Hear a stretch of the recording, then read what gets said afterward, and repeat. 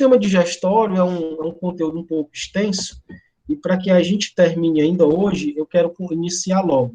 Se alguém não tiver mais nenhuma pergunta, pelo cronograma, eu achava que ainda tinha mais uma aula, né, na segunda-feira aí, mas parece que pelo cronograma o Lenine botou como segunda-feira já começando a seccionada. Então, ainda vou discutir com ele ainda, se não caberia mais uma aula, né? Se tá errado, se não está errado aquele cronograma ali, porque nos meus cálculos ainda tinha mais uma aula para ocorrer, né? Dentro da carga horária mesmo. Né? Se for aquilo mesmo, na segunda-feira a gente inicia a anatomia seccionada e faz do jeito que eu falei aí para vocês. Se não, a gente tem mais um dia de aula aí que acaba sendo a anatomia do sistema nervoso. E aí a aula que tem para recuperar, a gente recupera na sexta de anatomia do sistema geniturinário.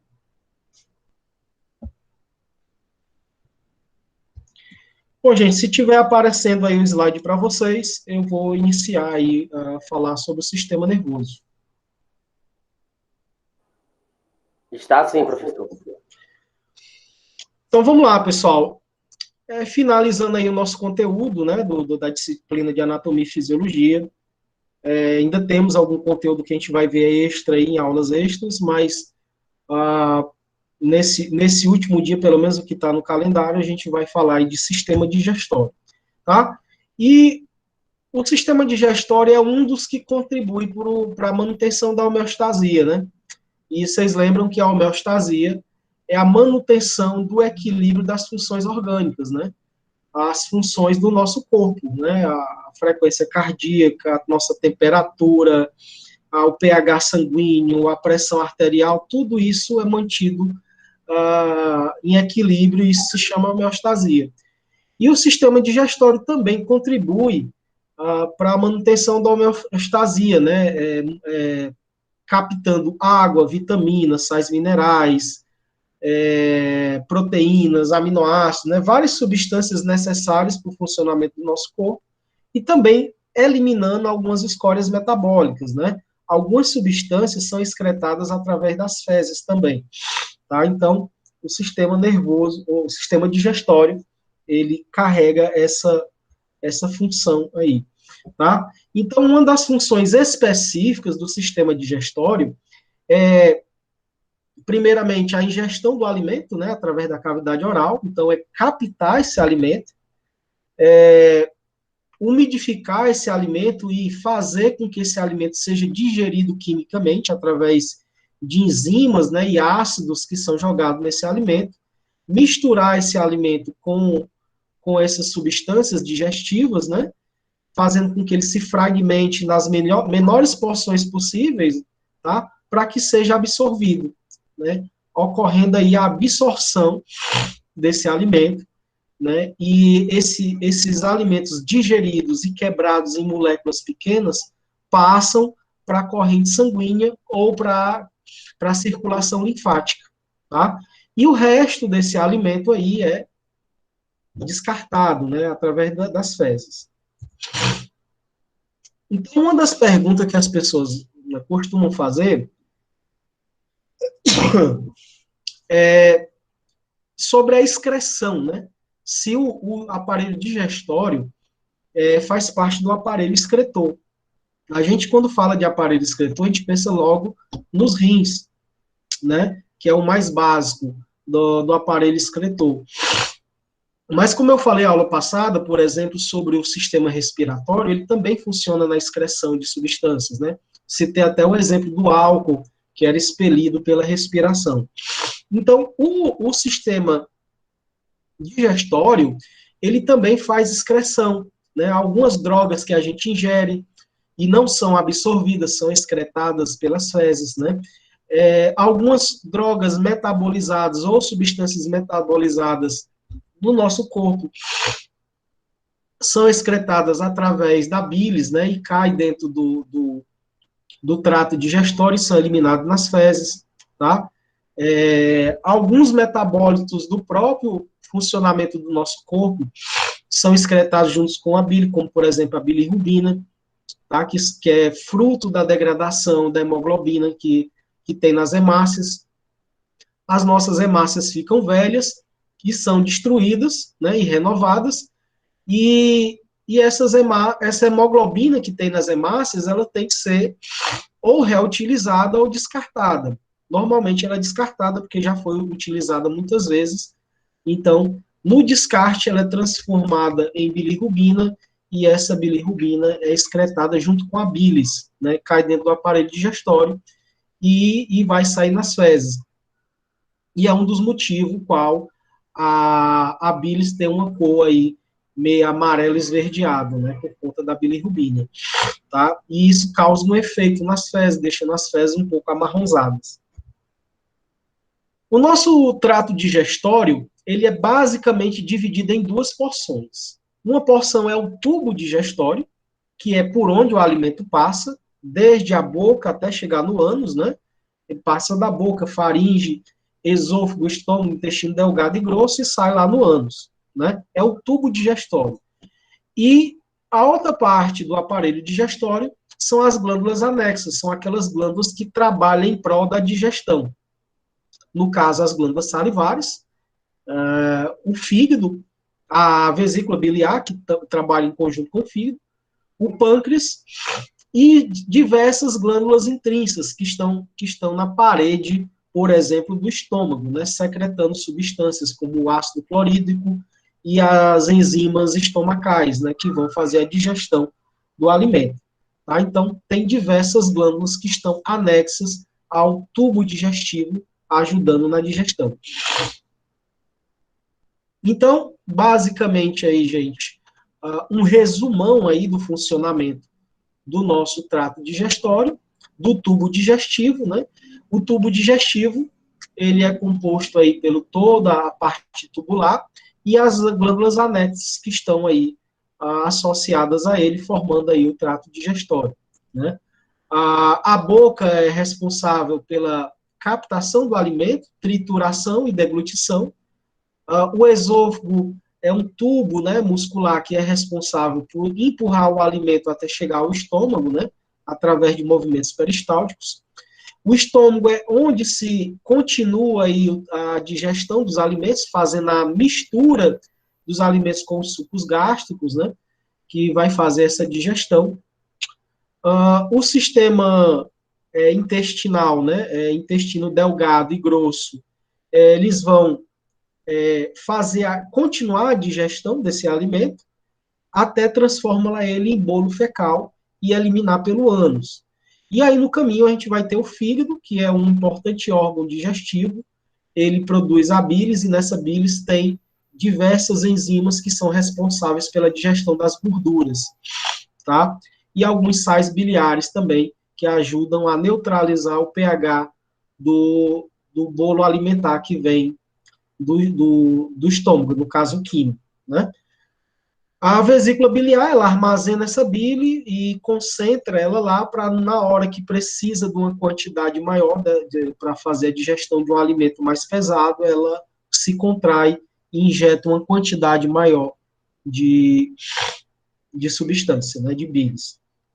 E o pâncreas também tem função de produzir, além de função endócrina, né, de produzir a insulina e o glucagon, né, eles produzem enzimas digestivas que aceleram a degradação, principalmente das proteínas. Então, vamos iniciar aí a falar do aparelho digestório, né? O primeiro órgão que a gente vai falar aí do tubo digestivo é a boca, né? Tudo se inicia pela boca, tá?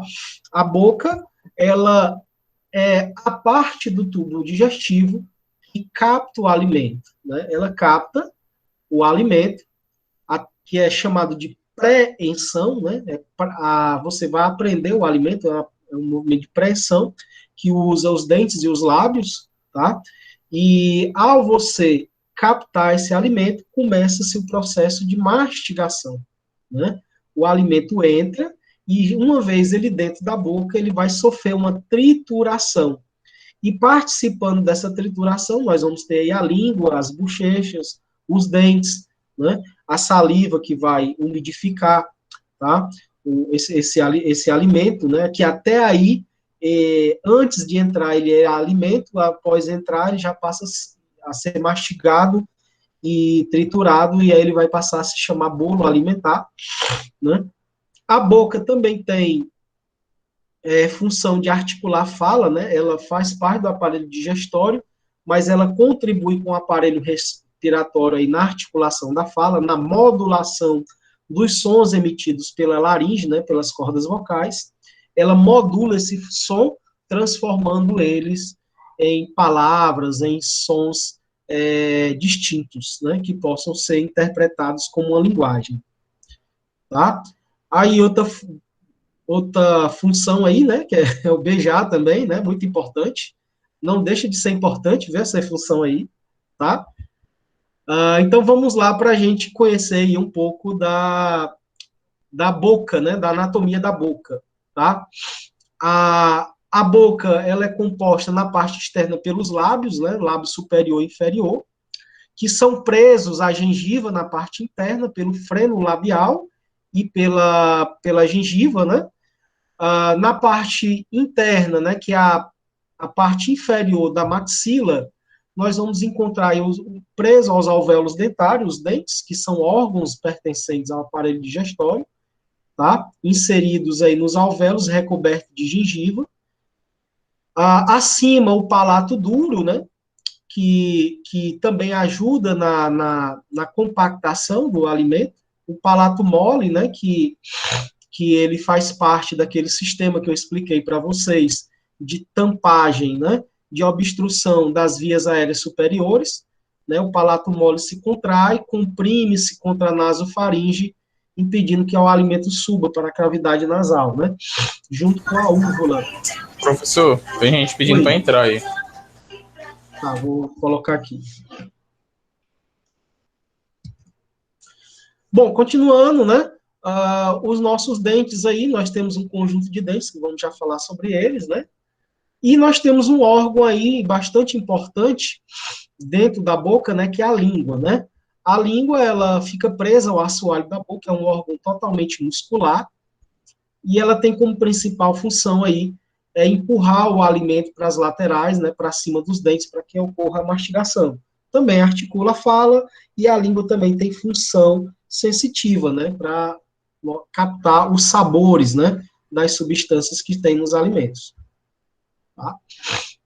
Então, numa vista e lateral, numa boca aberta, né, essa cavidade oral, ela vai ser revestida pelas mucosas, e aí a gente vai ter um conjunto de músculos, né, que vão formar o assoalho inferior, que a gente falou lá na parte de músculos, né, da disciplina, que são aqueles músculos supraioideus. Vamos ter um conjunto de músculos que trabalham junto aí no aparelho digestório, que são os músculos da mastigação, masseter, temporal e os pterigoides. Ei, tá? professor. E o de gástrico na abertura da boca, sim. Tem alguém pedindo para entrar aí.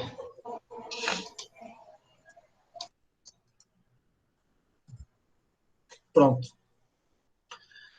Nós temos aí também, na cavidade oral aí, associados às glândulas salivares, que são as parótidas, as submandibulares e as sublinguais, e os dentes aí, né? Lembrando daqueles músculos que a gente falou na disciplina na parte da disciplina de sistema muscular, nós vamos ter aqueles músculos supraioides que ficam na base da língua, né? Que é o miloioideu, o genioideu, deixa eu colocar aqui a ferramenta de desenho. São aqueles músculos que ficam ali na base, né, prendendo a língua, o milioideu, que atravessa de um lado para outro, o genioideu, o genioglosso, né, o músculo hipoglosso, que prende a musculatura da língua lateralmente, e vamos ter aqueles músculos que vão lá para o processo estiloide, né, que no caso é o músculo estiloideu e o músculo estiloglosso, né, que prende a língua à parte posterior da cabeça, né, ela fica presa. A língua, ela executa muitos movimentos laterais, para frente, para trás, né, para os lados. Então, precisa de um conjunto de músculos, tanto para possibilitar esse movimento, como para prendê-la no local correto, né? E na parte posterior a gente vai ter aqueles músculos constrictores da faringe, né, e do palato, que vão ajudar na deglutição. Aqui uma vista lateral, né, da cabeça, tá? E nessa vista lateral, um corte sagital, a gente vai encontrar aqui o palato duro, né, junto com o palato mole, que é o limite superior da boca, né? Nessa região aqui, os lábios, junto com as gengivas. A parte dentária, né? Que é a região da maxila, né? A língua, né? Tá aqui, ó. Aqui a úvula, né? Junto com o palato mole. E nessa parte posterior aqui, ó, continuação das narinas, nós temos a nasofaringe e a orofaringe, né? Formando aqui a primeira porção do tubo auditivo, ou do tubo digestivo, tá? Aqui é uma imagem de ressonância magnética, né? Que também é uma imagem de ressonância magnética, tá? Essa imagem aqui é uma imagem em T1, tá? Essa imagem aqui é uma imagem em T2. Dá para a gente ressaltar bem aqui, ó, a nasofaringe. Se limita aqui com o final da úvula, né? Aqui a úvula, tá? E aqui a orofaringe, né? Que é essa porção que fica atrás das carúnculas da língua, né? Aqui a língua. Aqui dá para ver até os feixes, né, de músculos da língua, né? Num corte sagital. Bom, gente, aí falando especificamente da língua, a língua, ela trabalha junto na mastigação, ela empurra os alimentos para as laterais, né, para cima dos dentes. Ela também macera, né, os alimentos, ela empurra os alimentos contra o palato e acaba também num órgão de mastigação, tá? A língua, ela tem função também na deglutição, ela empurra os alimentos para trás, né, na hora que a gente vai deglutir. Ela tem função também de limpeza, né? Os alimentos costumam se acumular nas paredes internas dos dentes, embaixo, né, nas laterais, e a língua, ela trabalha nessa limpeza, né? De vez em quando a gente tem que usar ela para tirar um restinho que fica ali do lado, né? Então ela age também na limpeza, né? Na fonação, né, que é a parte de produzir sons, né? E ela tem função também no paladar, né? Ela tem diversos receptores gustativos na mucosa da língua, e esses receptores captam diversos sabores, né? A língua, ela tem receptores distribuídos em toda a sua superfície, e alguns receptores, eles são específicos, né? Alguns receptores que estão na ponta da língua são responsáveis em captar substâncias salgadas, a parte da mais anterior da língua, né, capta as substâncias mais doces, as laterais da língua captam as substâncias azedas, né, por isso quando a gente come uma coisa azeda, muito azeda, como por exemplo tamarina, dá uma dorzinha na lateral, né, porque é a lateral da língua que capta, né, e as substâncias amargas, né, são captadas lá na parte posterior da língua, né? Por isso que a coisa amarga dá aquele negócio travoso, aquela coceira atrás da língua, né? Tá?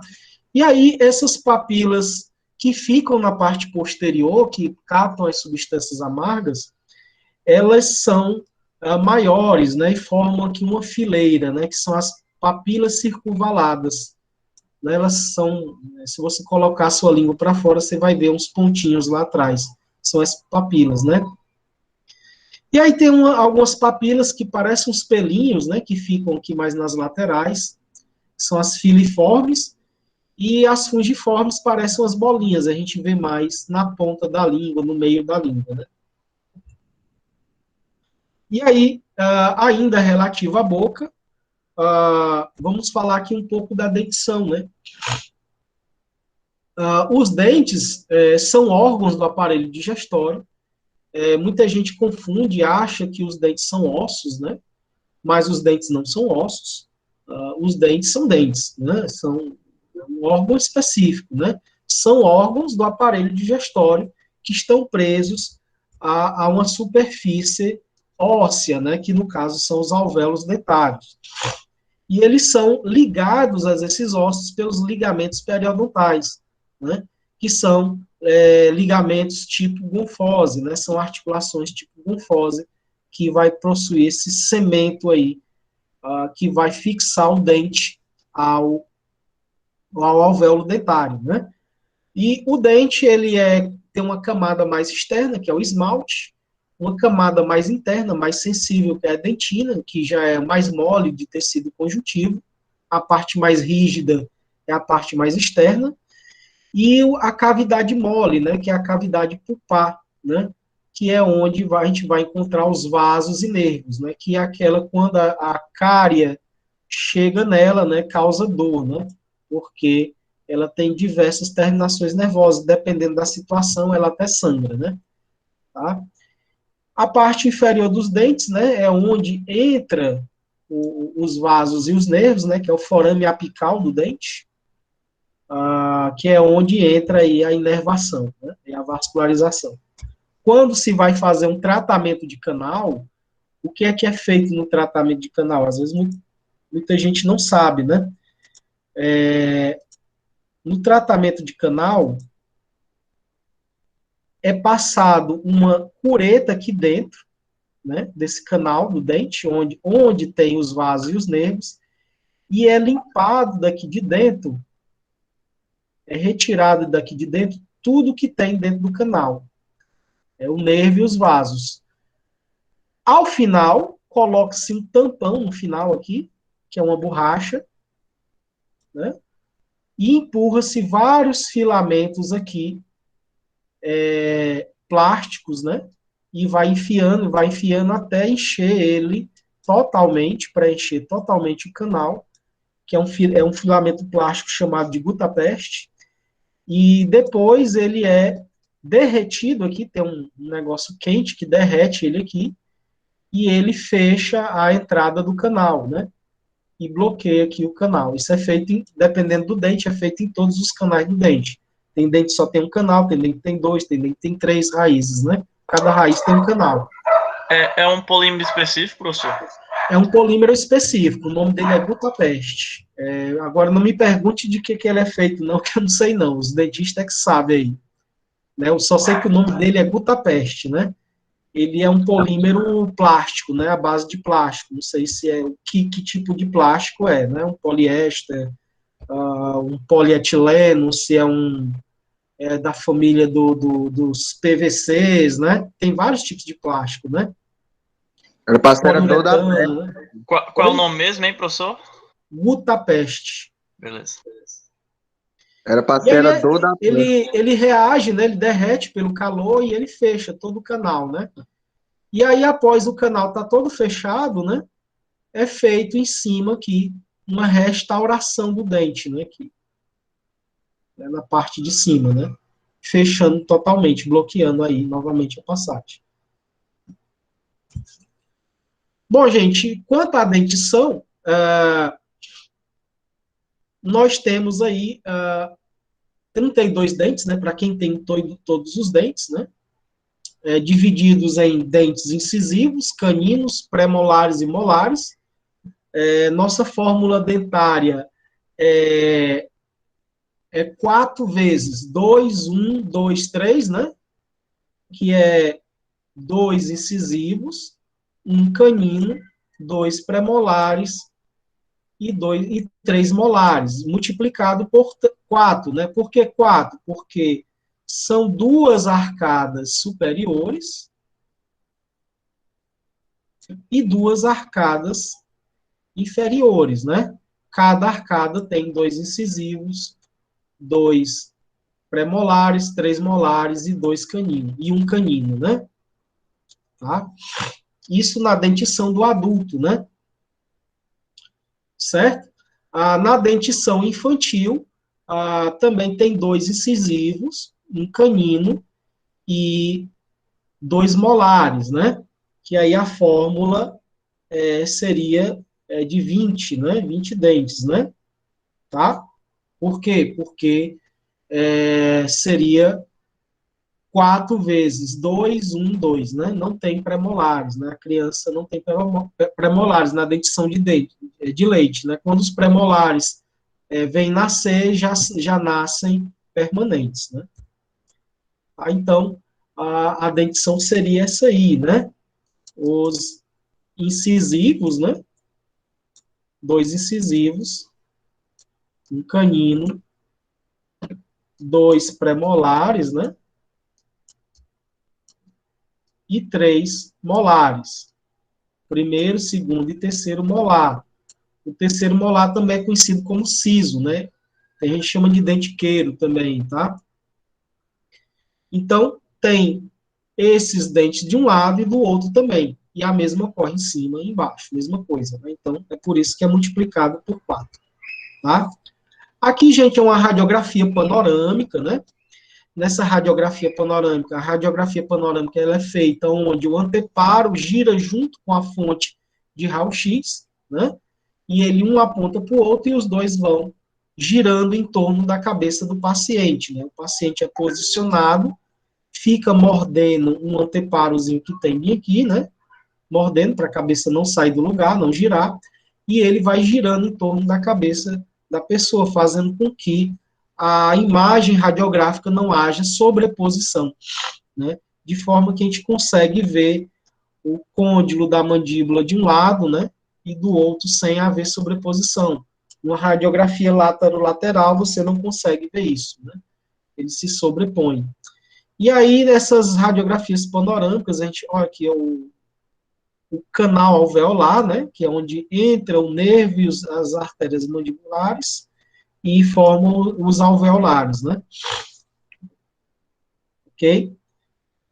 Essas partes escurinhas aqui, né, são os canais, né, dos dentes, né? Ok? Incisivos, caninos, né? Essas partes que a gente está vendo branquinha aqui, pessoal, são as restaurações, né? Os que aparecem de outra cor aqui, né? Que é a sobreposição de um dente com o outro, né? São restaurações. Aqui é um modelo, né, de dentição, né? A dentição é infantil, né?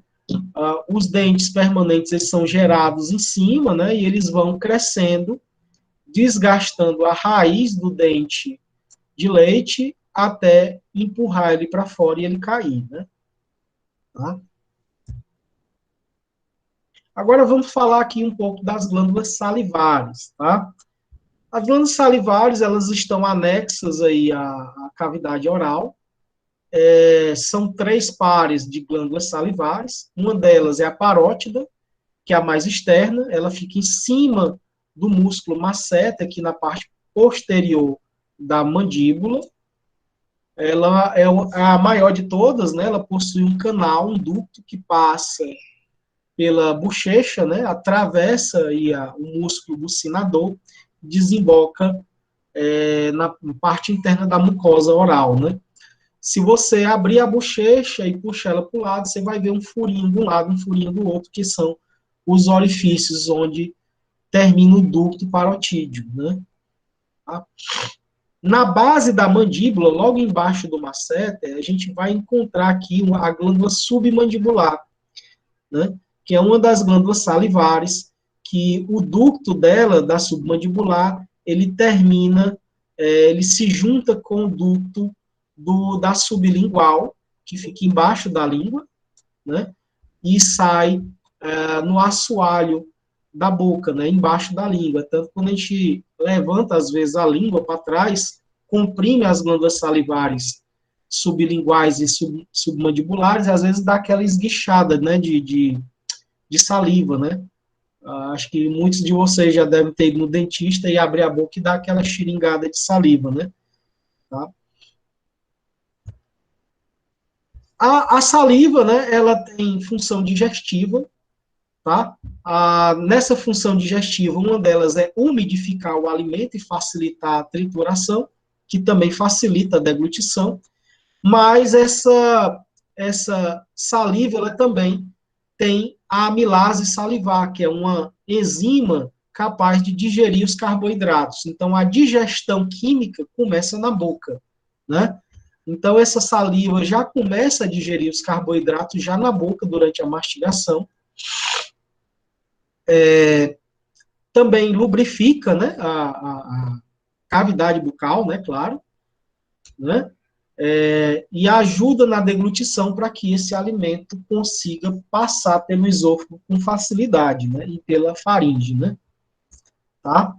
Então, ocorre a mastigação, e aí, após a mastigação, a língua empurra esse alimento para a parte posterior, e aí ocorre que o palato mole, junto com a úvula, fecham e bloqueiam a cavidade nasal, para que não passe ar e nem o alimento suba, e também a epiglote, que está aqui, né?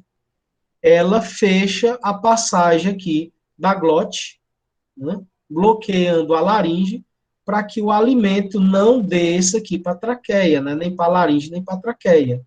E aí o alimento, ao ser empurrado para a língua para trás, ele passe da orofaringe para o esôfago, né? Tá? E aí no engasgamento, né? O que é o engasgamento? É quando a glote não fecha direito e esse alimento passa direto para as vias aéreas inferiores, né? E você se engasga, né? Quando a gente não está deglutindo, o palato mole, ele abre, né? Junto com a úvula, a epiglote abre também, e o ar passa direto aqui para as vias aéreas inferiores. Então, se vocês olharem aí nessa fluoroscopia, né? A pessoa está tomando um líquido aí, né? Não dá para dizer que líquido é, mas pode ser que seja café. E aí a gente vê aí o trajeto, né, a língua empurrando, ó. Se vocês prestarem atenção aqui, vocês vão ver aqui o palato mole, ó, na hora da deglutição subindo. Aqui a nasofaringe, ó, a nasofaringe, e o palato mole. O palato mole, ele sobe na hora da deglutição, fechando aqui a passagem de ar. Dá para ver também a epiglote aqui, ó, na hora da deglutição, ela baixando e tapando a passagem de ar aqui, ó, e o alimento, o líquido, passando direto aqui para o esôfago, preenchendo a orofaringe, a laringofaringe e descendo para o esôfago, né?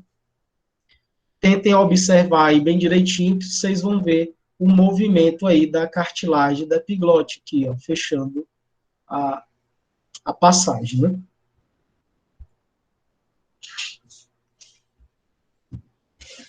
Então, aqui eu coloquei para vocês, depois vocês leem com calma, é uma tabelinha do resumo das atividades digestórias da boca, tá? Bochechas, né, mantém os alimentos entre os dentes, elas empurram, né, o músculo bucinador é um dos que trabalham nisso, as glândulas salivares, né, produzindo a saliva, a língua, né, e os músculos intrínsecos da língua, trabalhando aí na mastigação, na fonação, em diversas outras funções, tá? As glândulas salivares, né, que fazem aí a digestão dos triglicerídeos através da amilase salivar. E aí, gente, uma das coisas que a gente tem que ter em mente aí é quando o alimento chega na boca, ele ainda é alimento, mas ele é transformado em bolo alimentar. Então, quando ele desce pelo esôfago, ele não tem mais o nome de alimento, ele é bolo alimentar. Se refiram como bolo alimentar, porque ele já sofreu mastigação, mistura com a saliva e foi feita a deglutição. Então, ele passa a ser chamado de bolo alimentar. Então, esse bolo alimentar, ele vai ser empurrado pelo esôfago, que é um órgão tubular e muscular, para ser conduzido até o estômago, né? E o esôfago, ele tem 3 porções, né? Uma porção cervical, que é a porção que fica no pescoço, uma porção torácica, que fica aqui dentro do tórax, e uma porção muito curta, que é a porção abdominal, após o diafragma, né? Que é a porção do esôfago que está dentro do diafragma. Esse pedaço aqui do esôfago aqui em cima, deixa eu botar outra cor que destaque mais. Essa porção do esôfago aqui é o esôfago cervical. Cervical porque está no pescoço. Essa porção de baixo aqui, até chegar no diafragma, passando por trás da traqueia, é o esôfago torácico, né? Esôfago torácico. E após o diafragma, ele é chamado de esôfago abdominal, tá? Porque está dentro do abdômen. Tá? Então, o esôfago é composto de 3 porções. Tá? E o esôfago, ele está localizado, se você olhar aqui nessa imagem, aqui, deixa eu botar outra cor aqui, atrás, logo atrás da traqueia e da laringe, né? Aqui a traqueia e a laringe, né? A gente nota que tem ar dentro dela, né? Porque o ar vem da cavidade nasal, preenche a nasofaringe, a orofaringe aqui e entra para a laringe, né? Aqui é laringe. Tá? E aqui já é traqueia. E o esôfago, ele inicia aqui após a laringofaringe, né? Se abrindo aqui. Deixa eu colocar outra cor. O esôfago se abre aqui, tá? Passando aqui atrás, né? Da laringe, entre a traqueia e a coluna vertebral, tá? Se conduzindo para o estômago. Aqui, gente, são radiografias com contraste, né? Normalmente se faz radiografias com contraste, a pessoa toma o contraste na hora que vai fazer a radiografia, exatamente na hora. Para quê? Para observar esse trajeto para ver se não tem obstruções, se não tem estenoses, né? Que é a estenose, ó, isso aqui é uma estenose. A estenose são estreitamentos do esôfago, né? Tá? Essas estenoses têm tratamento, às vezes botam uns stents, alguns túbulos, né? Para que a pessoa possa, senão a pessoa se entala, né? O alimento para aí, né? Aí o entalamento, né? É diferente do engasgamento. O entalamento é quando o alimento entra no local certo, que é no esôfago, mas ele fica preso lá, ele não desce. E o engasgamento é quando o alimento ele não entra para o esôfago, ele entra para as vias respiratórias, né? Tá? Então, ele pode ficar aqui, ó, outra estenose aqui, né? Certo? Vou botar aqui alguém para dentro aqui. Tá? Que é outra estenose. Eu acho que é do mesmo paciente. É do mesmo paciente. Aqui é uma vista em AP, né? E aqui é em perfil, né? Lateral. Está no mesmo local, ó, gente. Aqui é a clavícula, né? Vem aqui, ó. Tá? Aqui é a C6, né? E aqui é a C7. Aqui é a C3. E aqui também, ó. Né? É uma estenose na altura da C3, né? C7, C6, C3 não, né? C5, né? Desculpa. Sabendo nem contar, né? C5, né? É uma estenose na altura de C5. Né? Uma estenose cervical. Aqui nessa outra também tem uma estenose aqui, né? Bem menos acentuada. Tem as hérnias também, né? Tem uma estenose aqui e tem uma hérnia aqui, né? Hérnia esofágica. A hérnia esofágica é quando a parede do esôfago ela se estende, né? Mais do que o que deveria se estender. Tá? Bom, gente, aqui é o mecanismo, né, a qual o esôfago empurra o alimento, que é chamado de movimento peristáltico, né? Ele vai se contraindo na parede muscular em forma de anel, né? ele vai se contraindo, empurrando o alimento para baixo, e em sequência vai contraindo cada vez mais embaixo, até essa contração, é uma onda de contração, né? Começa lá em cima e termina lá embaixo, até que o alimento caia no estômago, né? São movimentos longitudinais, né? Dos músculos longitudinais que são contraídos, tá? Bom, vamos falar agora desse outro órgão aí, do tubo digestivo, muito importante, que é o estômago, tá? O estômago, ele é um órgão em forma de bolsa, né? Que ele tem função de receber o bolo alimentar, misturando a saliva com ele, né? Continuando essa mistura, e misturando aí com o suco gástrico, né? Para formar o quimo. Então, uma das coisas que a gente vai, a partir de agora, sabendo logo, é que o alimento, ele entrou como alimento, após passar pela boca, ele passou a ser chamado de bolo alimentar, e ao chegar no estômago e ser misturado com o suco gástrico, ele passa a ser chamado de quimo, né? Ele serve também de reservatório, né, de alimentos. Você come, o alimento fica ali guardado por um tempo, vai sendo digerido e depois, aos poucos, liberados para terminar o processo digestivo e absorção no intestino delgado, né? No estômago é secretado o ácido clorídrico, que mata as bactérias que tem no alimento, né? Descontamina o alimento. Também produz a pepsina, que é uma enzima que digere as proteínas, tipo, por exemplo, a carne, né, cheia de proteína. Então, quanto mais proteína tem no alimento, mais demorada vai ser a digestão estomacal.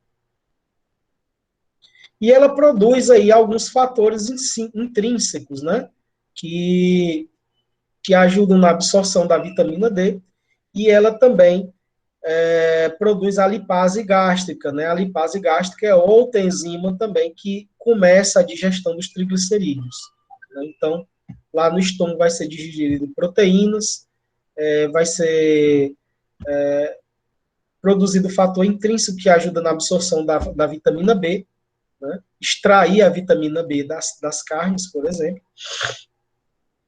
Professor, Oi. estão pedindo para aceitar aí, ó.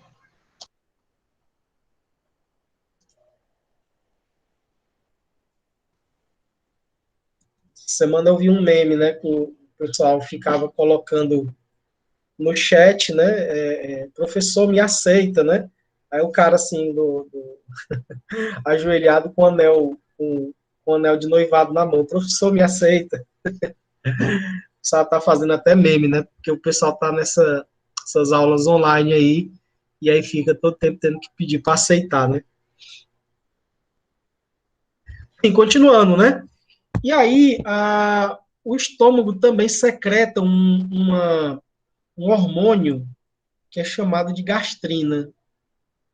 A gastrina é o hormônio da saciedade.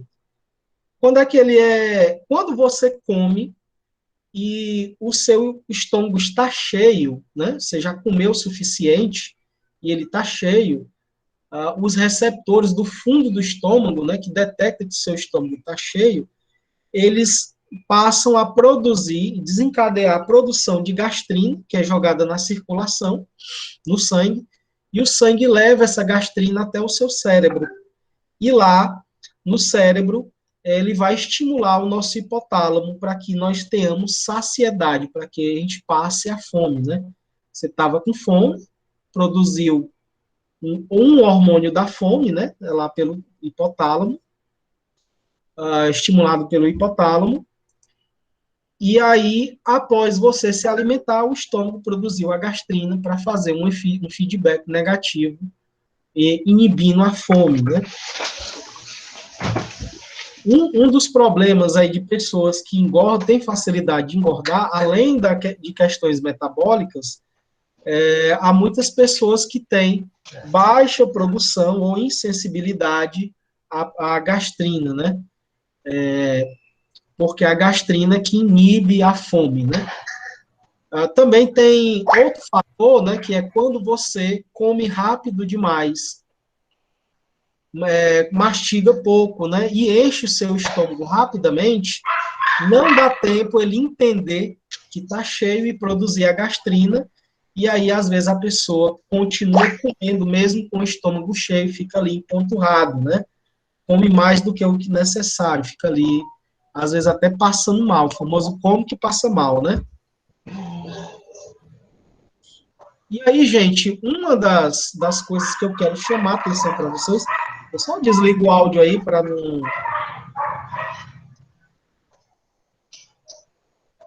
Deixa eu desligar aqui o áudio. O cachorro aí tá só atrapalhando a aula, né? Aula online tem disso, né? Cachorro que late, às vezes o cachorro do vizinho. Às vezes eu tô aqui dando aula, aí passa um carro de som, eu tenho que desligar o microfone. Acontece, né? Bom, uma das coisas que a gente tem que observar sobre o estômago, deixa eu botar outra cor aqui, preto, é que o estômago, ele não fica na posição bonitinha que a gente vê nesses desenhozinhos, como tá aqui, né? Nessa posiçãozinha bonitinha aqui, não, tá? O estômago, na verdade, ele fica deitado, né? Ele fica assim, ó. Deitado. Essa aqui é a curvatura maior dele, ó. Certo? E a curvatura menor fica voltada para a posterior. É um dos mitos, né? Muitas vezes a gente se engana por alguns desenhos que a gente vê por aí. Tipo esse aqui, ó. Esse desenho aqui é um desenho muito bonito, mas anatomicamente ele está incorreto, porque o estômago não fica nessa posição aqui, né? A curvatura menor não fica voltada para a medial e nem a curvatura maior voltada para a lateral, né? Na verdade, a curvatura maior fica voltada para a anterior e a menor para a posterior. O estômago fica deitado nessa posição que vocês estão vendo aí. Tá? E aí, ligado ao estômago, né, a gente vai encontrar um conjunto de vasos, vasos sanguíneos junto com vasos linfáticos, ligados aí a uma rede de tecido conjuntivo e gorduras, né, que formam um aumento maior. E o aumento maior, ele recobre toda a parede abdominal, todas as vísceras. Se você for olhar as camadas da pele, vocês lembram lá? A gente tem a pele, né? Lembrando lá dos músculos, a gente tem um músculo oblíquo externo, o músculo oblíquo interno e o músculo transverso do abdômen, né? São as camadas do abdômen. Abaixo do transverso do abdômen, a gente vai ter o peritônio, que é a membrana mais externa.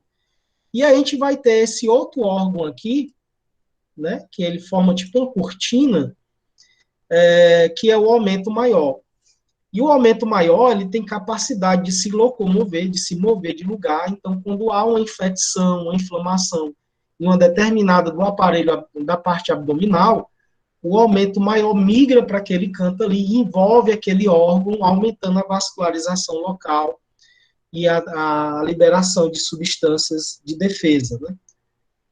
O aumento maior, ele vai ficar preso aí à borda do estômago, né? E ao cólon transverso, né?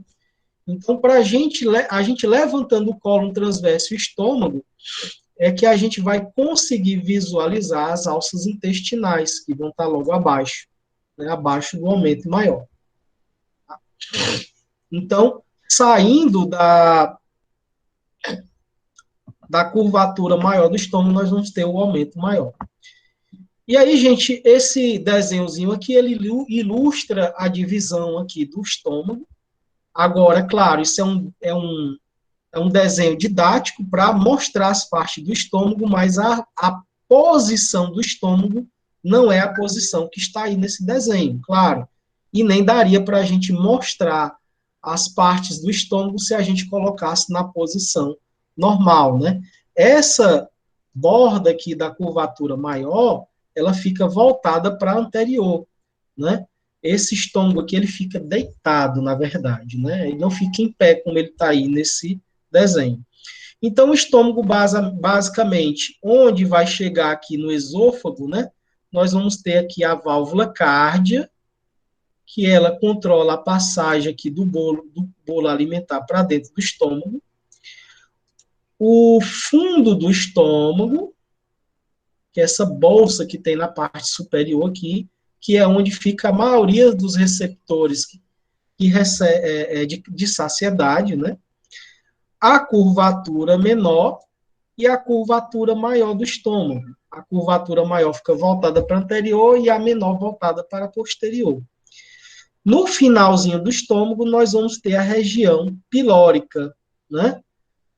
Antes da região pilórica, nós temos um antro pilórico, que é a entrada da região pilórica, o canal pilórico e o piloro propriamente dito, né? O piloro é a válvula pilórica, é ela que contrai e ela só abre quando esse alimento vai sair daqui para dentro do duodeno, tá? E aí existe nessa região do antro pilórico um conjunto de receptores que detectam se esse alimento está digerido ou não, se ele está apto a ser passado para o duodeno, que é a primeira porção do intestino delgado. Então, o estômago, ele detecta isso e ele retém esse alimento ou passa esse alimento para o intestino. Alimentos mais difíceis de ser digerido passam mais tempo no estômago, né, como, por exemplo, as carnes, e alimentos aí com mais fácil digestão, como os carboidratos, são empurrados mais para frente. Tá? Então, a parede estomacal, ela é revestida por músculos lisos, já falei para vocês de músculos lisos em aulas anteriores, né, que revestem a parede do tubo digestório, um deles são os que revestem o estômago, né. E aí tem várias camadas de músculo liso, com fibras em sentidos diferentes. Fibras longitudinais, fibras circulares, fibras oblíquas. Para que tem fibras em sentidos diferentes? Para que o estômago possa fazer contrações diversas, né, de formas diferentes. E existem contrações que vão ocorrer para misturar o alimento com o suco gástrico, e existem também movimentos que vão ser utilizados para empurrar o alimento para frente, né, para passar para frente. E aí, gente, eu coloquei aqui um raio-x aqui e uma ressonância para vocês identificarem aí o estômago, né? Nesse raio-x aí, vocês estão vendo o estômago? O raio-x está aqui, desse lado, né?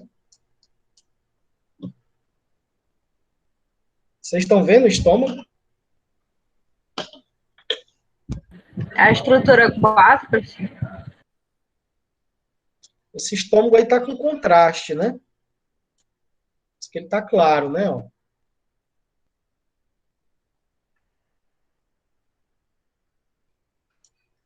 Baseado no que eu falei sobre o estômago ficar na posição deitada, tem alguma coisa diferente nesse estômago aqui, dessa radiografia? Aqui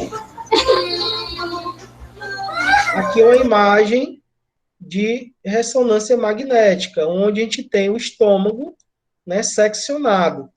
E aí a gente pode ver, ó, que o estômago, de fato, ele fica deitado, né? A cabeça do estômago, o fundo do estômago, fica apontando para a lateral e não para cima, né?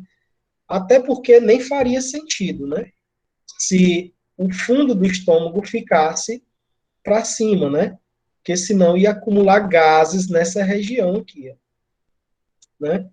E aí o alimento ele ia ficar preso aqui na parte de baixo, né? Tá? Forçando a passagem. Tá? Então o estômago, na verdade, ele fica deitado. Nesse raio-x aí parece que ele tá em pé, né? Nesse raio-x? É. Pois é. Era justamente isso que eu queria que vocês observassem. Nesse raio-x, ele está em pé. Agora, ele está em pé por um bom motivo. Vocês conseguem, além do estômago, detectar algo diferente baseado em outras imagens que a gente já viu? Vocês já conseguiram observar aí que ele está em pé, mas outras coisas aí na imagem, vocês conseguem observar aí de diferente desse raio-x?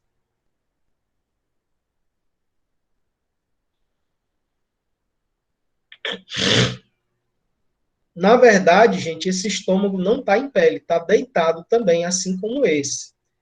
A diferença é porque esse raio-x não é humano. Olha só aqui o formato das vértebras. Como elas são mais compridas. Esse raio-x aqui é de um gato. Olha a espessurinha das costelas aqui, como são fininhas. Tá? E como ele é de um gato, ele tem estação quadrúpede, né? E esse estômago, ele não está em pé, está deitado de fato, né? Ele fica deitado também, só que na posição quadrúpede do animal, né? Eu coloquei ele de propósito aqui para ver se vocês conseguiam observar, né, que ele não estava na posição, se fosse humano, não estaria na posição certa, né? Tá?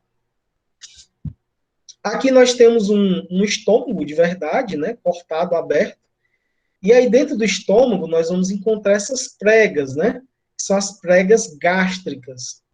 Tá? As pregas gástricas, elas ajudam na movimentação estomacal e também elas acumulam muco, né, sobre elas para evitar que as próprias enzimas digestivas e o suco gástrico digiram a própria mucosa estomacal. Tá? A mucosa gástrica ela é cheia dessas criptas, né, que é onde são produzidos o suco gástrico, né? São as glândulas gástricas. Elas existem diversos tipos de células. Algumas células produzem muco, são as células mais externas, e as mais internas são aquelas células que produzem o suco gástrico. Algumas produzem enzimas, outras produzem o ácido clorídrico, né? E na parte mais interna temos aquelas células que produzem gastrina, né, que é o hormônio da saciedade. Então, gente, o alimento aí, ele chegou na forma de bolo de alimento, passou a ser bolo alimentar e saiu do estômago sendo chamado de quimo. Tá?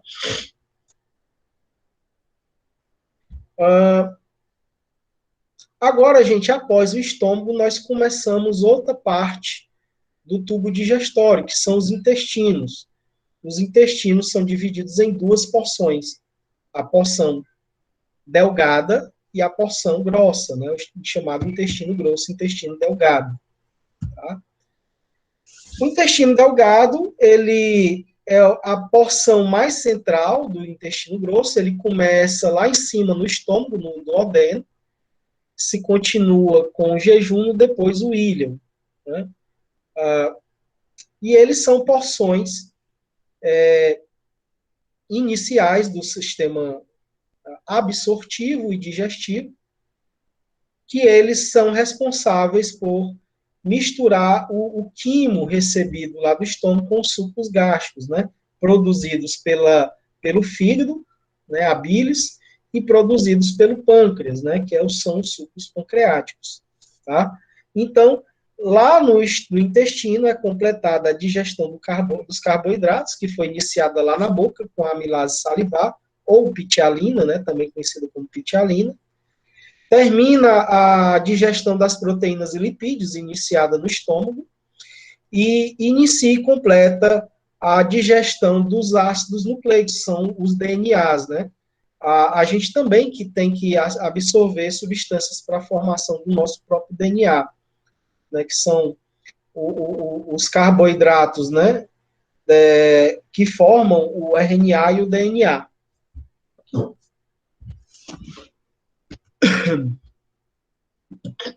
E aí, o alimento e a água são absorvidos aí pelas paredes das alças intestinais. 90% da água e dos nutrientes que passam no aparelho digestório, é absorvido aí no intestino delgado, né? O restante vai ser absorvido no intestino grosso. Eu vou falar agora sobre mesentério. O que é o mesentério? É uma aula que eu gostaria de dar presencial, gente. Se eu tiver oportunidade no laboratório, eu vou mostrar o que é o mesentério. Mas veja só aqui que a gente tem uma alça intestinal. Vou botar aqui de preto, que é melhor. A gente tem uma alça intestinal aqui.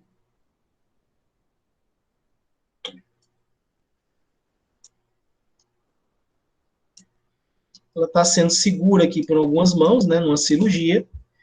Mas essa alça intestinal, ela não fica solta dentro do abdômen, não. Né? O intestino delgado, ele não fica lá solto, balançando as tripas lá, como o pessoal acha, né?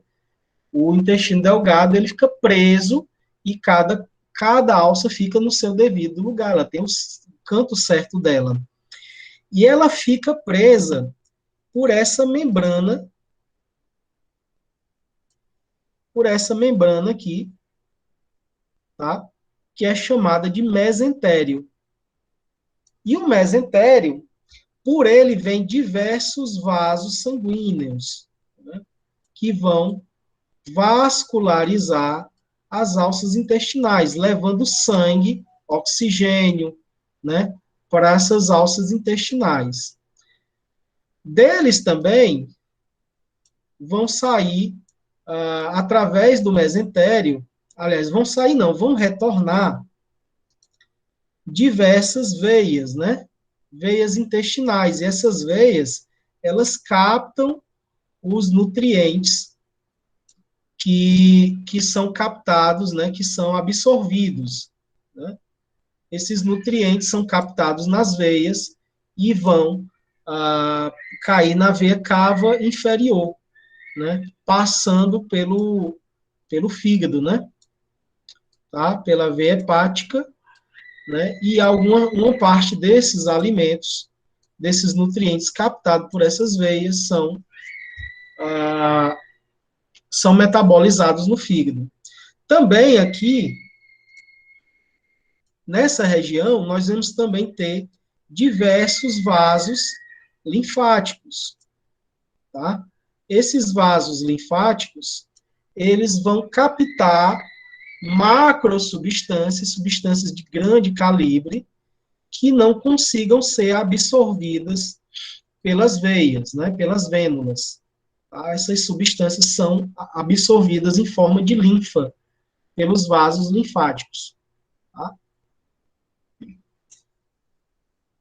E eles ficam dentro dessa membrana aí, né? E ao redor deles fica uma camada aí de gordura para proteger esses vasos, né?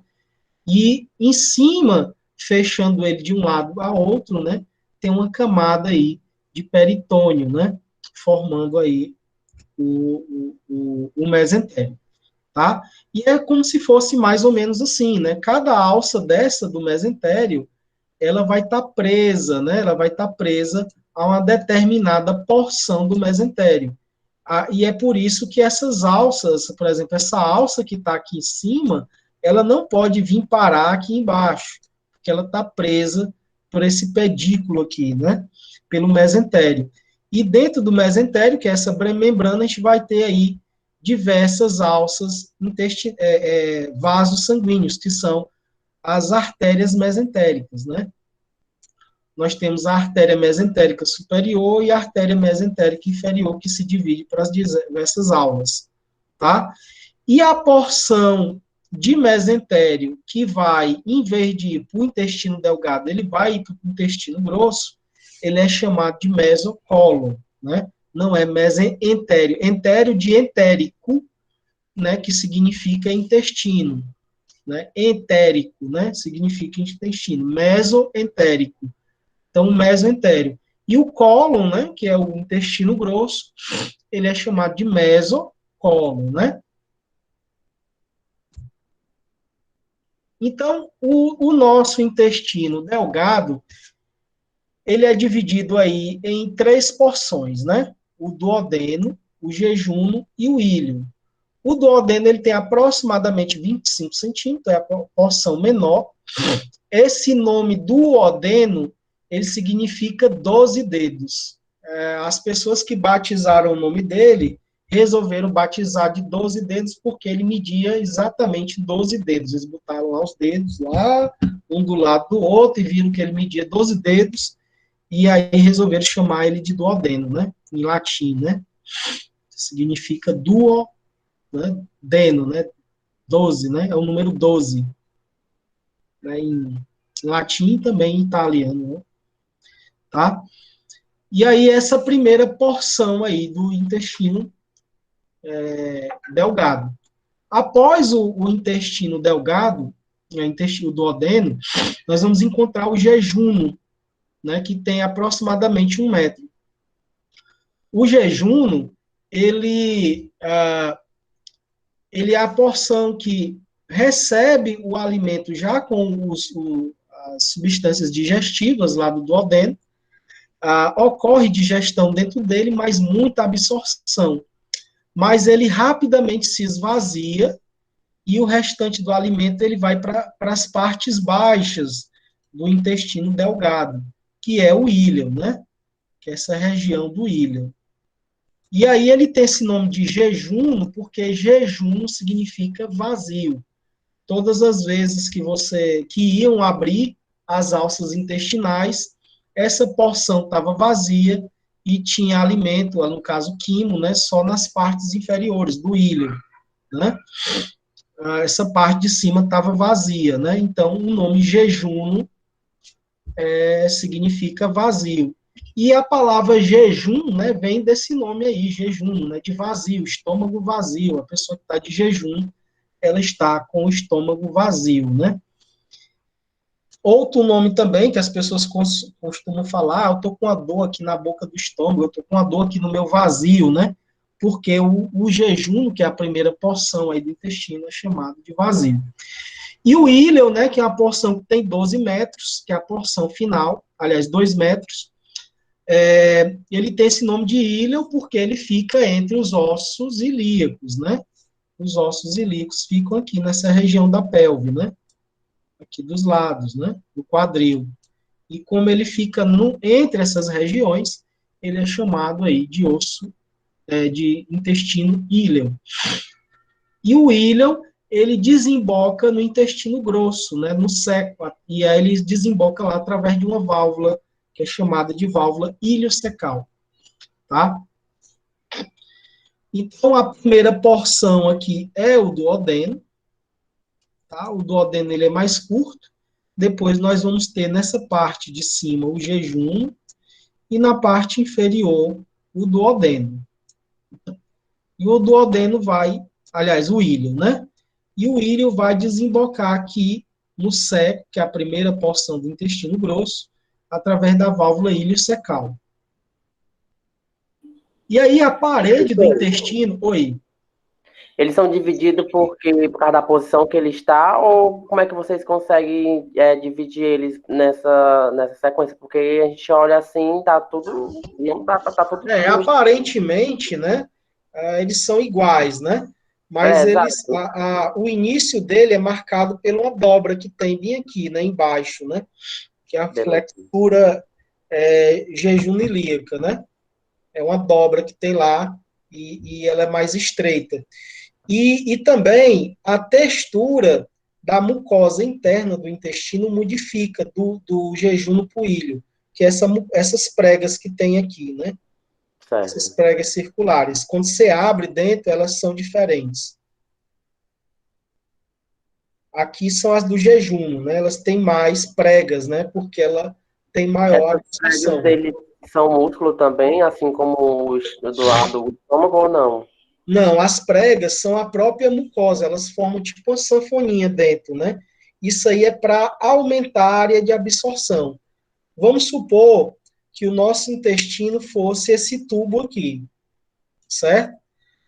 Você há de convir que a área de absorção aqui é a parede desse tubo, né? Vai absorver os alimentos ou a água por a parede desse tubo.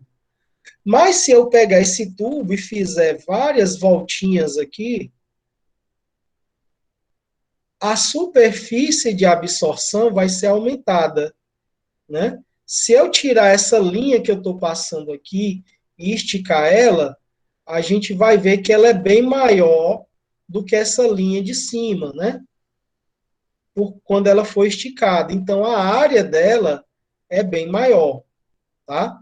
A área de absorção. E é um dos motivos, né, que ele tem todas essas pregas para dentro do intestino. Certo, ok. Essas pregas intestinais, gente, elas são chamadas de vilosidades intestinais, tá? E nessas pregas, ó, essas pregas que vocês estão vendo aqui, ó, são essas pregas aqui, tá? São as vilosidades intestinais. Isso aqui é um corte, um pedaço do intestino. Mas se você aumentar de tamanho e for olhar mais de perto, além dessas pregas aqui, cada prega dessa, ela tem microvilosidades. Se vocês olharem aqui, elas têm outras preguinhas bem menores na superfície dela, que a gente nem vê aqui a olho nu, tá? São as microvilosidades. E essas microvilosidades, junto com as vilosidades, elas aumentam mais ainda a capacidade de absorção de nutrientes, né? Então, gente, falando aí um pouco da primeira porção aí do intestino, o duodeno, ele é uma região especial, ele tem poucas vilosidades, mas ele é uma região especial porque é nele que entra a primeira porção do quimo, né? Após o piloro, a válvula pilórica, é onde vai cair aqui o quimo, né? O alimento já digerido. E ele tem uma estrutura chamada válvula papila duodenal, que é essa válvulazinha aqui, que é onde vai descer o ducto pancreático se juntando com o ducto hepático, né? O ducto hepático aqui e o ducto pancreático aqui. Os dois vão se juntar e vão formar a ampola hepatopancreática. E essa ampola hepatopancreática, ela vai desembocar aqui dentro do duodeno, através da papila duodenal. E essa papila duodenal, ela vai soltar aqui o líquido digestivo, né, e misturar ao alimento que passa aqui dentro, tá? Esses ductos pancreáticos, eles vêm do pâncreas, né?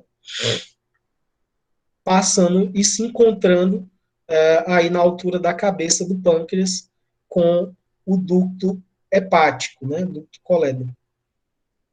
O nome do ducto que vem do pâncreas, né? Ducto colédoco. Então, gente, essa parte aqui de verde, né? Que é a parte menor, é o jejum, né? A partir de uma flexura que tem aqui embaixo, né? Tá? Aí ele passa a ser íleo, né? E aí ele fica entre os intestinos grossos, né? Os intestinos grossos ficam na lateral, passando aqui por cima e descendo pela outra lateral. O intestino grosso, por sua vez, ele é dividido em seco, cólon, e aí o cólon tem 3 porções, o cólon ascendente, o cólon transverso e o cólon descendente. O cólon, ele nasce aqui na região do seco, que fica na parte inferior, né, o íleo, né, intestino delgado, através do íleo, chega aqui no seco, desemboca aqui na válvula iliocecal, o alimento vai cair aqui e ele é empurrado para cima pelo cólon ascendente, né? Esse cólon ascendente, ele fica em pé e ele fica lá atrás na parede posterior.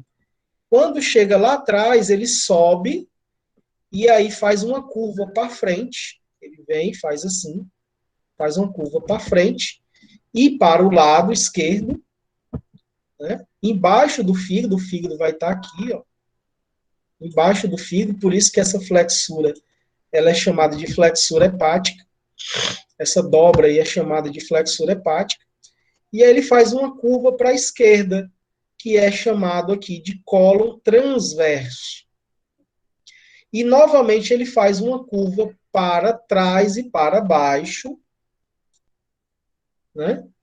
Que é formando aí o cólon descendente, né? Que vai passar pela parede posterior novamente, voltando para frente já aqui na porção final.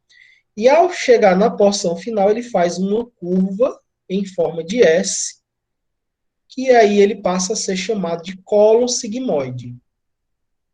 Então, é o cólon ascendente, cólon transverso, cólon descendente, cólon sigmoide. Após o cólon sigmoide, ele forma a última porção do intestino grosso, que é o reto. Né? E o reto vai desembocar no ânus. Tá? O intestino grosso, ele tem função de agitação desse alimento, né? Lá ocorre fermentação bacteriana, e as bactérias que fermentam esse alimento, elas ajudam a terminar de quebrar os aminoácidos, né? Clivam alguns aminoácidos para formar algumas vitaminas, como a vitamina B e vitamina K, que são produzidas por essas bactérias e são absorvidas lá no intestino grosso. Lá também ocorre um pouco de absorção de água, alguns rios e vitaminas, né? E lá é que vai haver a formação das fezes, né? Do bolo fecal. Então, a partir do intestino grosso, a gente já não vai ter mais o quimo, né? Vai ser formado o bolo fecal, né? Começou como alimento, passou a ser chamado de bolo alimentar, depois passou a ser chamado de quimo e depois passou a ser chamado de bolo fecal, né? E aí vai ser fezes, né? Tá? Então, novamente aí, nós vamos ter aqui a primeira porção do intestino grosso, que é o seco, onde recebe a válvula iliocecal, vinda do íleo. Preso ao seco, nós vamos ter essa tripinha aqui, né, que é o apêndice vermiforme, tá? O apêndice vermiforme, ele tem um ósteozinho aqui, um buraquinho, que às vezes entra alimento dentro dele, e aí pode causar inflamação, né, que é a apendicite, aí tem que ser extraída, né. Após o seco, começa a formar aqui o cólon ascendente, depois forma o cólon transverso, passando para o outro lado do abdômen, né, isso aqui passa logo abaixo ao estômago, na frente passa por cima do intestino delgado, e vai lá para trás novamente, onde ele desce, formando o cólon descendente. A última porção dele é o cólon sigmoide, em formato de S, por isso que tem esse nome de sigmoide, né? E, no final, a formação do reto, né? Que é a última porção do intestino. O intestino grosso, ele possui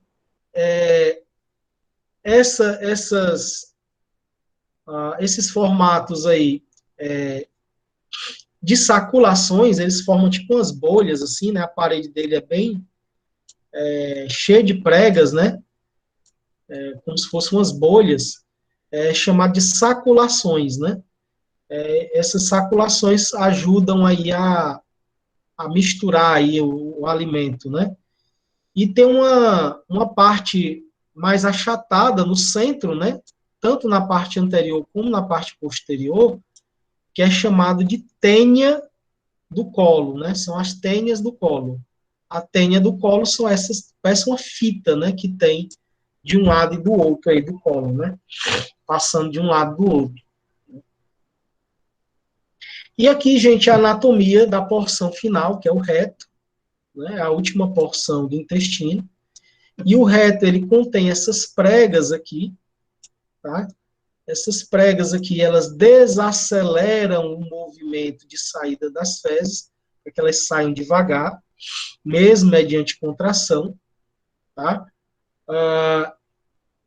O objetivo aqui é para que elas não saiam rapidamente demais, né? Senão a pessoa, qualquer pulinho que ela desce aí, as fezes iam descer de uma vez, né? Isso não era interessante, né? Apesar de que o ânus, ele fecha aqui o orifício, impedindo que as fezes saiam, mas às vezes numa contração muito forte elas podem sair involuntariamente, né?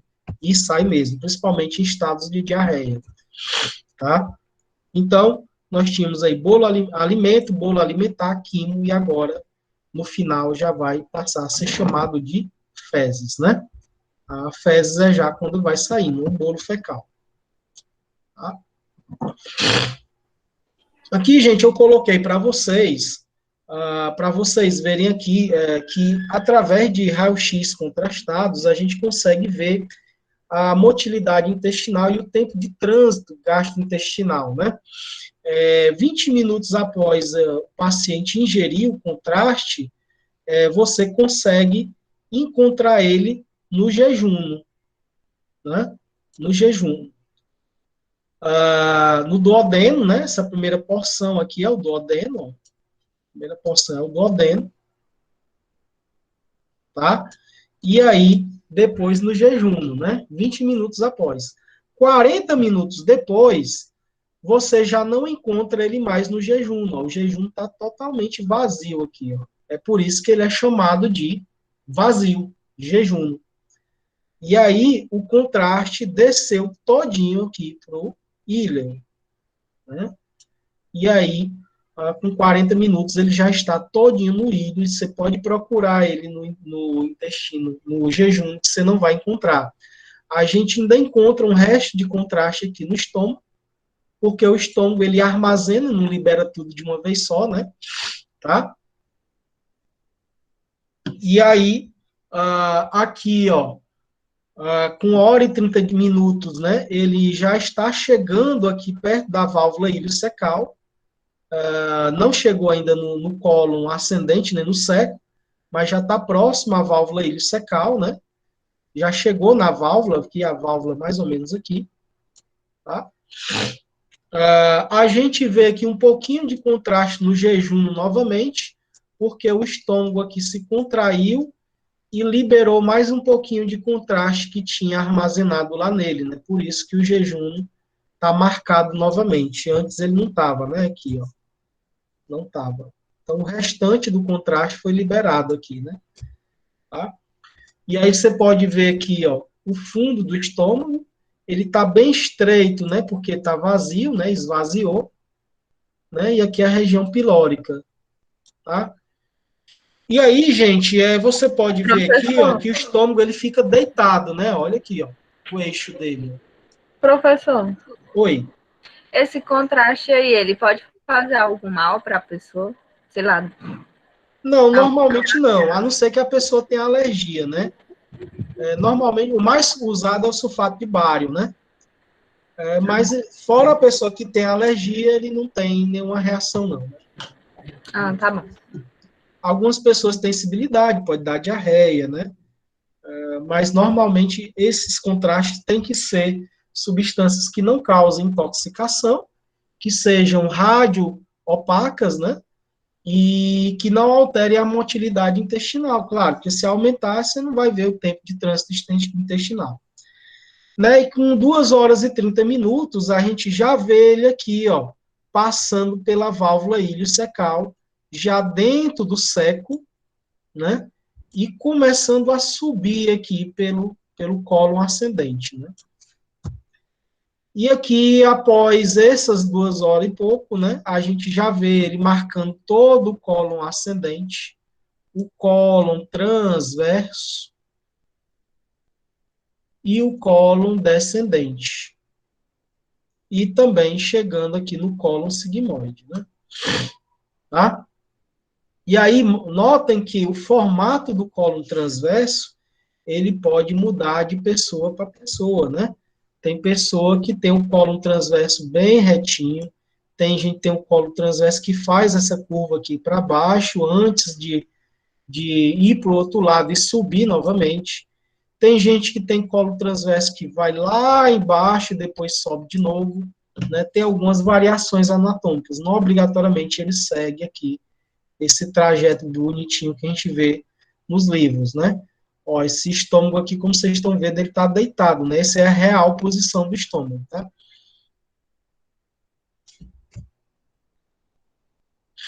E aqui falando um pouco sobre colostomia, né?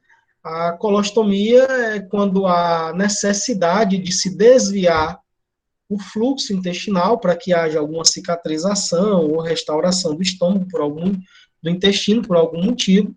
Se abre um buraco na parede do cólon ascendente, coloca-se uma válvula, né?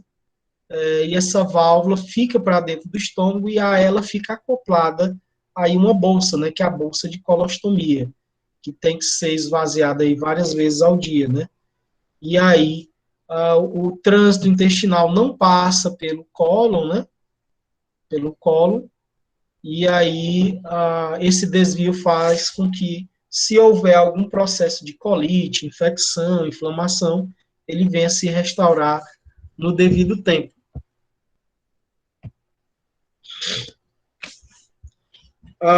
Aqui, gente, falar um pouco das hemorroidas, né? As hemorroidas, elas se formam aqui na saída do ânus, que são são tipo varizes, né? Que se formam aqui na parede, né? As veias que ficam na parede interna aqui do ânus, né? O normal seriam elas passarem aqui, mas não formar essas bolsas, e é como se elas estourassem, né? E formasse essas bolsas de sangue aqui, né? Que são varizes, de fato, né? E essas varizes aqui, elas acabam se rompendo quando as fezes passam, machuca elas, né? E aí acaba tendo sangramento de hemorroida, né? Tem aquelas que são internas e tem aquelas hemorroidas que são externas, né? Que ficam na parte externa do orifício anal. Deixa eu olhar aqui que horas são. Vai dar 9 horas, gente. Eu vou dar uma pausa aqui. Vou fazer aqui a chamada, tá? Deixa eu abrir aqui o sistema para a gente fazer a chamada online logo. Só um instantinho.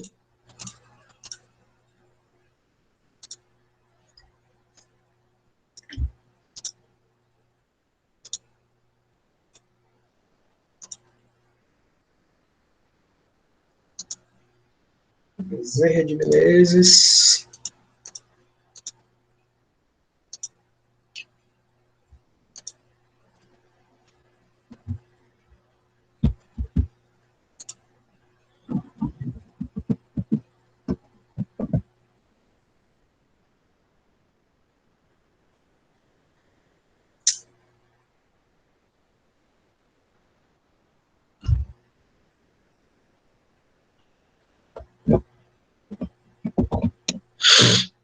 Ai, gente.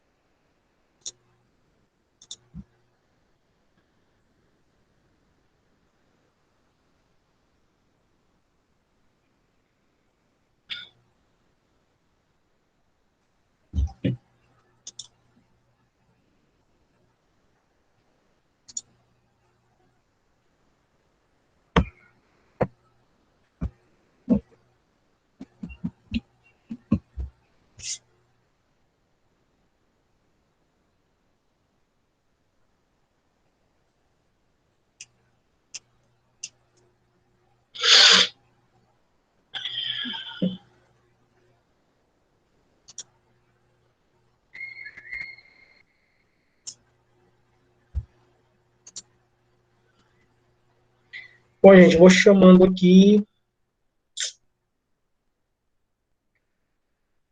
Adriana.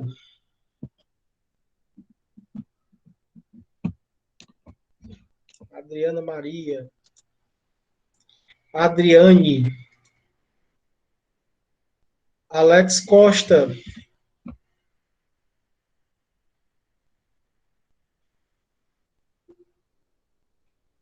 Só vocês estão me ouvindo aí? Estamos. Sim, professor. Alex Silva. Presente. Alisson. Presença. Amanda Alves. Presente, professor. Amanda Keller. Presente. Ana Késia.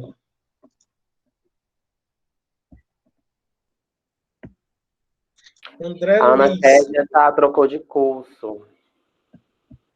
Ah, toda vida eu me esqueço. Ela tá fazendo estética agora. Eita, tudo a ver, né? Totalmente, né? André Luiz.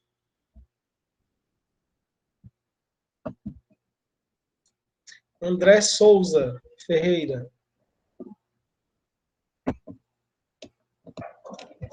Anne Caroline. Presente. Ângela. Presente. Antônio Gleidson.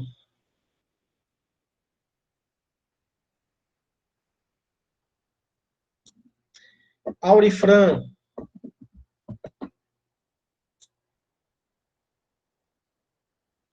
Aurifran tá aí?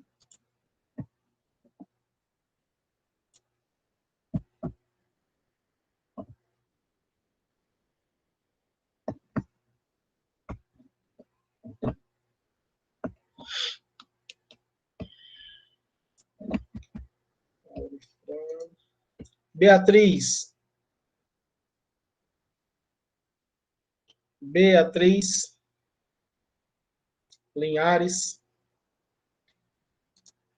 Benjamin. Presente, professor. Bill. Bill. Isso. Diego.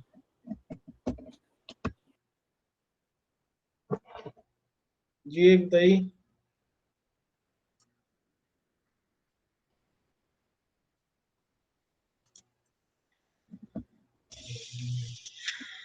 Domingos Maciel. Estou por aqui, professor. Douglas. Presente. Everton. Fernando.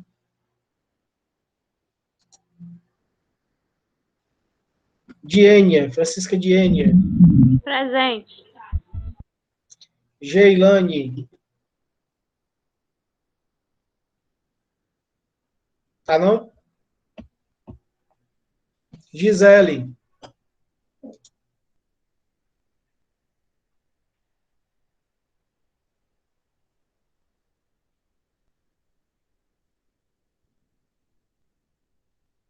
Gisele.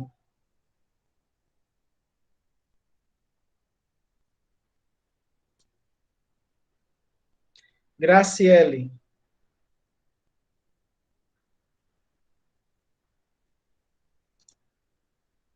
Jefferson. Presente, professor. Jonathan tá aqui, Jonathan. Jonathan. José Cícero.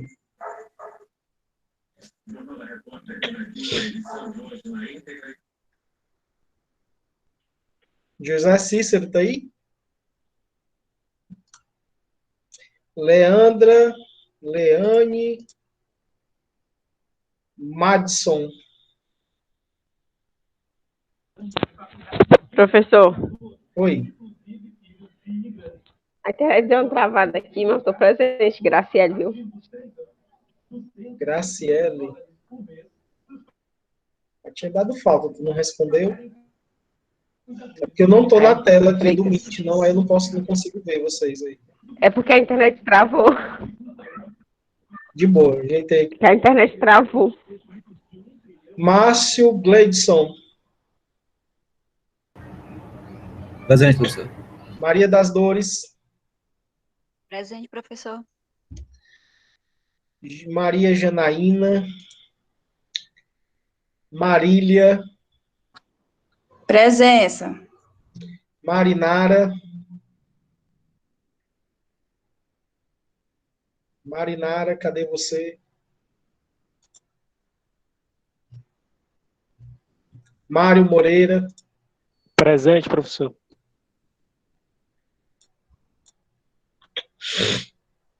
Natália Albuquerque. Ah, pulei o Matheus. Matheus Pinheiro. Que é isso, professor? Foi mal, passei aqui. Natália Albuquerque. Natália de Albuquerque, presente, professor. Natália Pinheiro. Natália Pinheiro, tá aí? Ah, não, né? Natália Pinheiro tá com um monte de falta. Paulo Robson. Presença. Pedro Henrique. Presente, professor.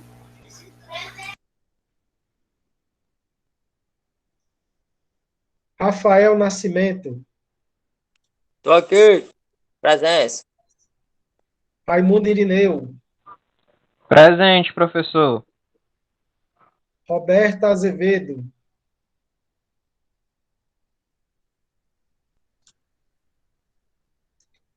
Samila. Presente. Stephanie.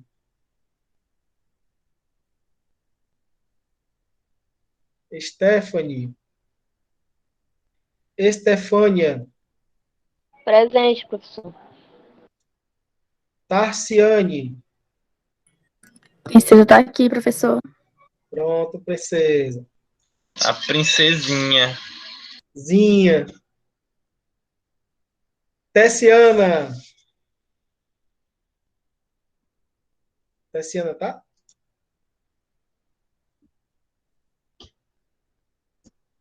Vitória. Oi, professor. Presente. Pronto, tá aí. Chamada concluída. Alguém não foi chamado aí?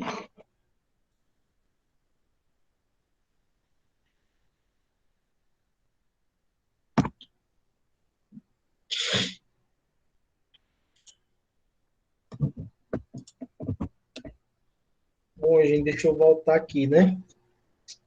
Então, gente, eu vou continuar logo aqui. Não sei bem para tomar uma águazinha, mas eu vou continuar logo. Vamos falar aqui dos órgãos anexos, né? Um deles eu já falei aí, que são as glândulas salivares, né? Produzem aí a amilase salivar, o suco que lubrifica aí o alimento na cavidade oral, né? Facilitando a mastigação e a deglutição. E os outros dois aí são o fígado e o pâncreas, né? Fígadozinho é bom assado, acebolado, né?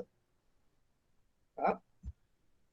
Então, gente, o fígado é a órgão mais grande do corpo, né?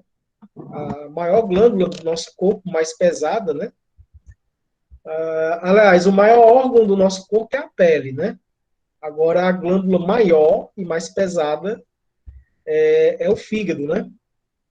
Que pesa aproximadamente aí 1,4 kg, né? Depende do tamanho da pessoa também, né? Não dá para comparar uma pessoa que mede 1,50 m com uma pessoa que tem 2 metros de altura. O fígado vai variar de tamanho, né? Mas, em média, no adulto de tamanho médio, é em torno de 1,4 kg. Né? De todos os órgãos do corpo, né? Ele é o segundo em maior tamanho, só perde para a pele, né? Ele fica do lado direito, né? Abaixo das costelas, dos arcos costais, inferior ao diafragma, né? Ocupando a maior parte aí da região hipocondríaca direita, né? E parte da região epigástrica, né? Então, o lobo direito do fígado fica embaixo da região hipocondríaca direita, né? Vocês lembram lá daquela divisãozinha lá que eu fiz lá? Hipocondríaca, direita, esquerda, epigástrica, né? Lombar, direita, esquerda, umbilical, inguinal, direita, esquerda e hipogástrica, né? A divisão aí dos quadrantes do abdômen, né? E aí o fígado se encontra na região hipocondríaca direita e uma parte dele, que é o lobo esquerdo, fica voltado aí na região epigástrica, tendendo um pouco para o lado hipocondríaco esquerdo, né? É um órgão bastante grande, bastante pesado, né? Então ele tem esses dois lobos principais aí, o direito e o esquerdo, e ele fica preso ao diafragma em cima e ao ligamento falciforme que prende ele à linha alba, né? Na parte medial. E ele também fica preso às pregas do mesentério, né? Tá? Abaixo dele a gente vai encontrar uma bolsa aí, que é a vesícula biliar, né, que tem aproximadamente 7 a 10 centímetros, e ela armazena o líquido biliar, né? Tá? O fígado é um órgão que tem funções endócrinas, né? Ele produz hormônios, né? Substâncias para dentro do próprio sangue, excretadas no sangue, e tem função exócrina, né? Produz substâncias que são liberadas no tubo digestivo para fazer a digestão. Ou seja, ele produz hormônios, né? E produz suco biliar, né? E o fígado também, ele também tem funções metabólicas, né? Ele degrada substâncias que a gente absorve aí através da alimentação. Substâncias como os ácidos graxos e os carboidratos, né? Então, ele é responsável por diversas funções, tá? Fica aí localizado aí logo abaixo do diafragma, repousando aí sobre o estômago, né? Embaixo do diafragma, tá? E aí o fígado aí debaixo do diafragma preso ao ligamento falciforme, né? Que fica preso aí à linha alba, e também dele sai o ligamento redondo, e o ligamento redondo é uma involução do cordão umbilical, e é por isso que o ligamento redondo se prende à nossa cicatriz umbilical, né? E aí o fígado ele tem uma rede de canalículos internos, que são os ductos hepáticos, né? Os canalículos hepáticos. Esses ductos hepáticos, eles se juntam para formar o ducto hepático comum. Do ducto hepático comum, uma porção sobe para dentro da vesícula biliar, que é o ducto cístico, né? E a outra porção desce lá para se encontrar com o ducto pancreático, que é o ducto colédoco, né? Junto com o ducto pancreático, os dois formam a ampola hepatopancreática, que desemboca aí na papila duodenal, tá? Que é essa estrutura aqui, que é formada pela junção dos dois. Também, por dentro do fígado, passa a veia cava inferior, né? Ela passa na porção posterior do fígado. E atrás dele, ele vai ter também, passando por trás dele, a artéria aorta. Pela veia cava superior, sobe a artéria hepática superior, que desemboca na veia cava, aliás, a veia hepática superior e a veia hepática inferior e a veia porta, né, que desembocam na outra porção da veia cava.